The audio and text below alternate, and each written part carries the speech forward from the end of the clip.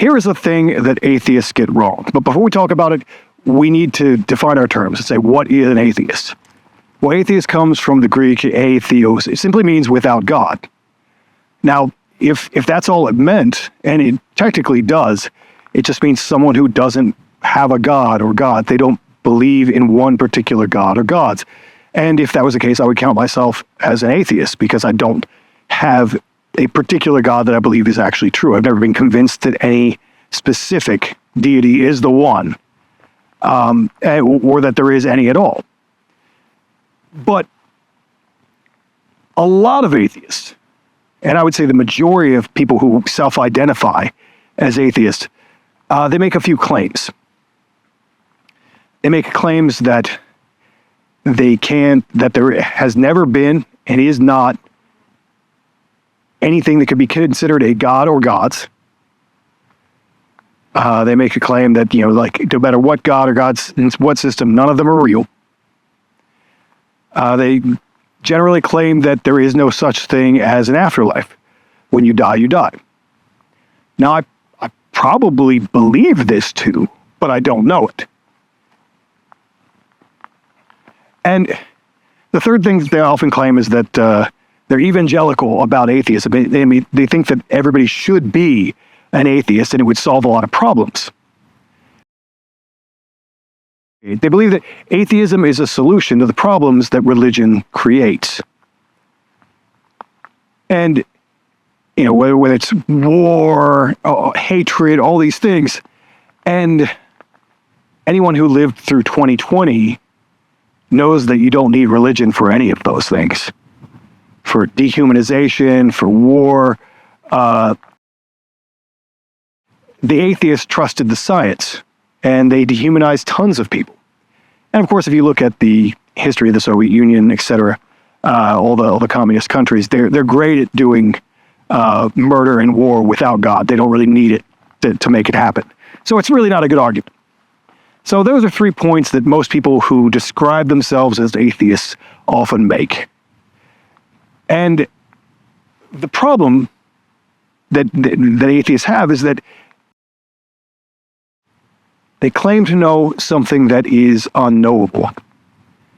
And in each case, that's the truth. And is it possible for me, as a man standing here in the middle of the desert in Arizona, is it possible for me to know in the entire scope of the universe and billions of years that there has never been a God or anything that can be considered a God that people might have recognized as a God? Is it possible for me to know that? Absolutely not. There is no way I can know that. I can't make a claim that I can say I don't think that probably is true, or I don't think it happened that way, or I don't think that your God is real. Now, I can definitely say that. That's a belief. But I don't know anything.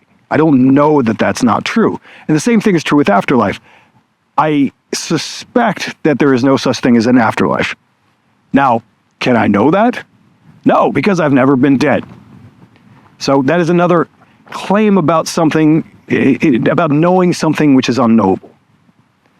And of course, we already talked about the claim that, it would end war and hatred, which is simply just verifiably not true.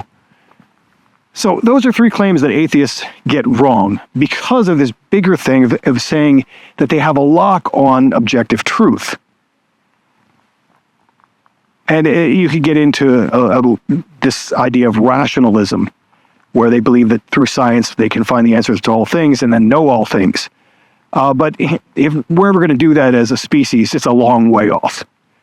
We're not even close to being there. So I prefer to concern myself with things that we can actually know and we can actually affect in our own lives, and not worry about if in a million years or 100,000 years or some beyond human scope of time, level of time, if we're going to find something out or know something different. I'm not going to, I only have a short time here on this earth. I'm not going to concern myself with that. I'm not going to argue with people. Do you know that about these things that nobody can know? Why would I argue about that? And the interesting thing is that this is not just about atheists. The reason why a lot of men convert to religions or try religions on, because there are a lot of people right now trying different religions on.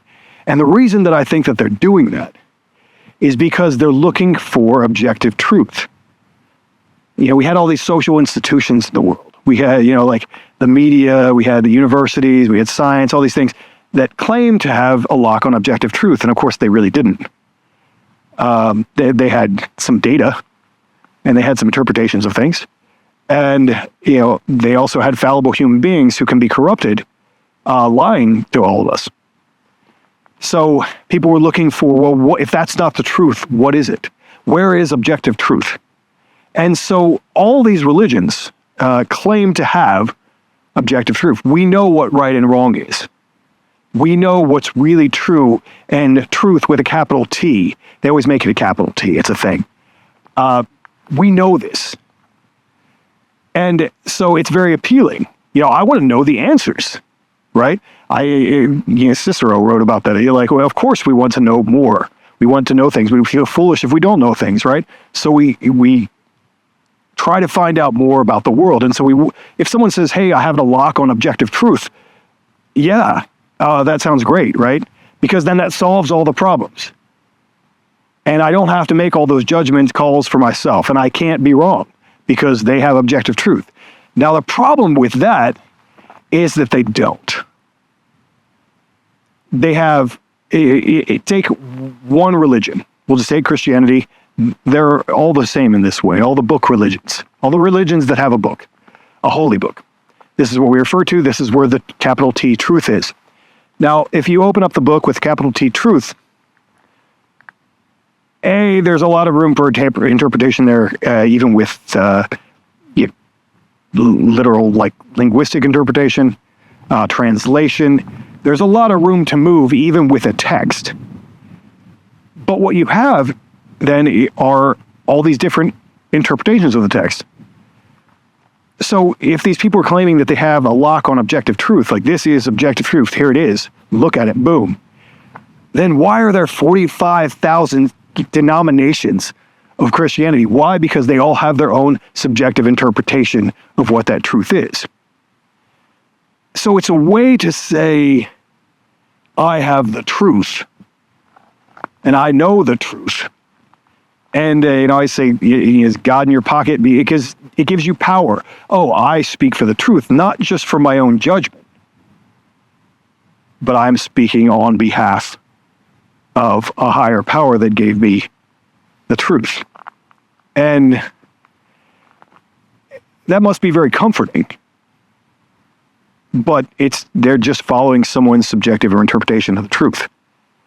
There's a million little pieces. And I'm sure there's master debaters who could take this apart because this is what their job is.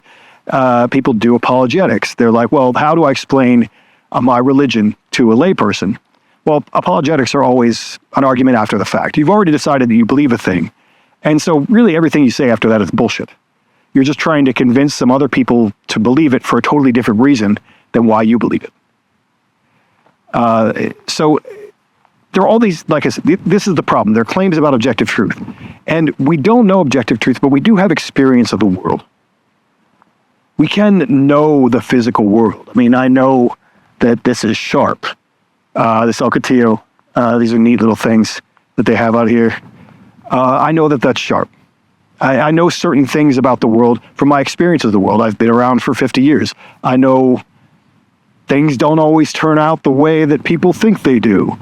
And, after you watch these things play out, over and over and over again, you get a sense of maybe the rhythm of things. And you can make judgments. But I think that's what we really have to cherish and preserve is our power of judgment. Because there are groups of people who love systems.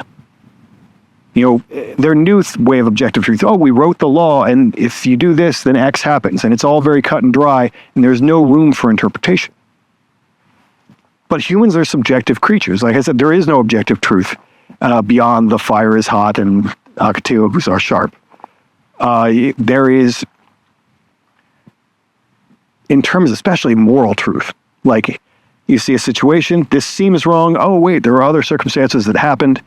And that's really what judges should be doing, is applying their experience of life and trying to do what is really right based on the law.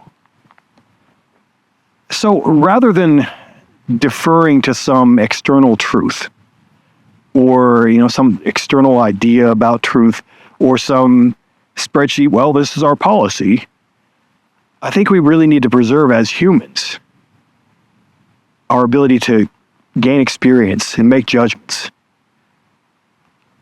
And so that's really what I want to leave you with here is question people who say that they have a lock on objective truth, whether they're atheists or whether they're religious.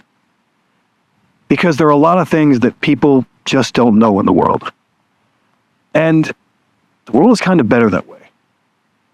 The world is better with a little bit of mystery in it. And I think that's going to become even more important as we move into a future with AI. We need to preserve the things that make us human. Because, based on what I've seen with learning language models and things like that, they don't always make the right choices. They're just applying a formula. And there's a human element there that I think that we need to preserve. So that's what I have for you this Sunday. Stay solar.